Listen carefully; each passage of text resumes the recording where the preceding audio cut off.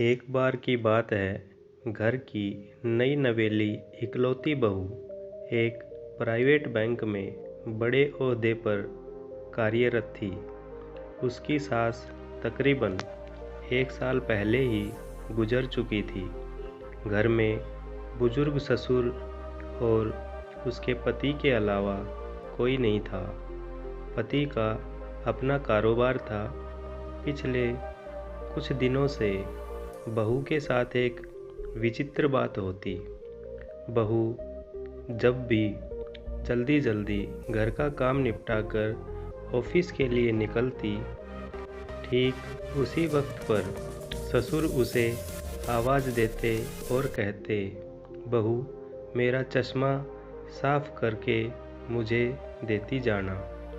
लगातार ऑफिस के लिए निकलते समय बहू के साथ यही होता।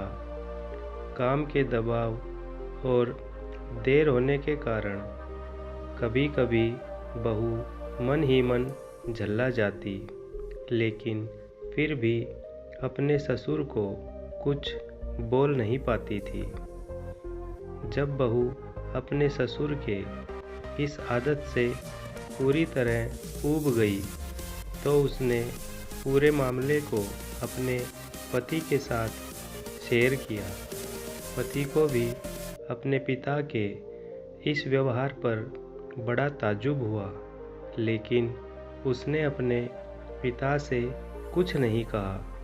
पति ने अपनी पत्नी को सलाह दी कि तुम सुबह उठते ही पिताजी का चश्मा साफ करके उनके कमरे में रख दिया करो, फिर ये सारा मैटर समाप्त हो जाएगा।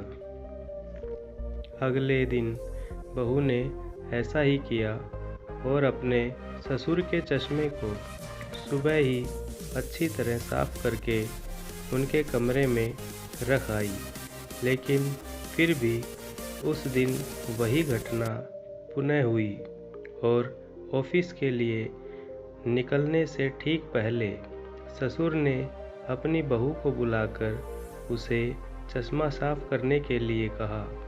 बहू गुस्से में लाल हो गई, लेकिन उसके पास कोई चारा नहीं था। बहू के लाख उपायों के बावजूद ससुर ने उसे सुबह ऑफिस जाते समय आवाज़ देना नहीं छोड़ा। धीरे धीरे समय बीतता गया और ऐसे ही कुछ वर्ष निकल गए। अब बहू पहले से कुछ बदल चुकी थी। धीरे धीरे उसने अपने ससुर की बातों को नज़रअंदाज करना शुरू कर दिया और फिर ऐसा भी वक्त आया जब बहू अपने ससुर को बिल्कुल अनसुना करने लगी। ससुर के कुछ बोलने पर वह कोई प्रतिक्रिया नहीं देती और बिल्कुल खामोशी से अपने काम में मस्त रहती। गुजरते वक्त के साथ ही एक दिन बेचारे बुजुर्ग ससुर भी गुजर गए।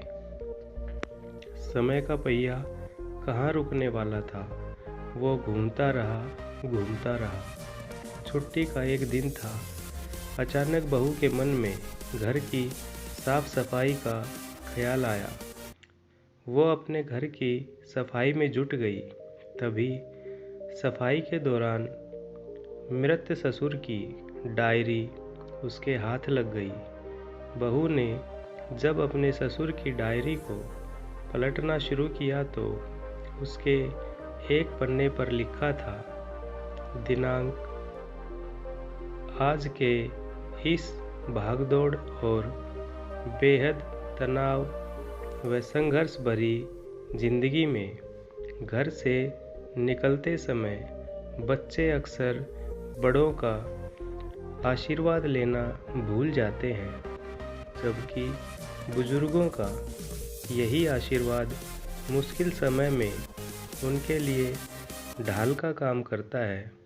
बस इसलिए जब तुम चश्मा साफ करके मुझे देने के लिए झुकती थी, तो मैं मन ही मन अपना हाथ तुम्हारे सिर पर रख देता था, क्योंकि मरने से पहले तुम्हारी सास ने मुझे कहा था कि बहू को अपनी बेटी की तरह प्यार से रखना और उसे ये कभी भी महसूस मत होने देना कि वो अपने ससुराल में है और हम उसके माँ बाप नहीं हैं। उसकी छोटी मोटी गलतियों को उसकी नादानी समझकर माफ़ कर देना। वैसे मेरा आशीष सदा तुम्हारे साथ है बेटा।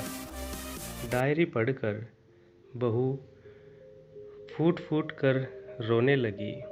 आज उसके ससुर को गुजरे हुए ठीक 2 साल से ज़्यादा का समय बीत चुका है, लेकिन फिर भी वो रोज़ घर से बाहर निकलते समय अपने ससुर का चश्मा साफ करके उनके टेबल पर रख दिया करती है। उनके अनदेखे हाथ से ही मिले आशीष की लालसा में वह ऐसा रोजाना करती है।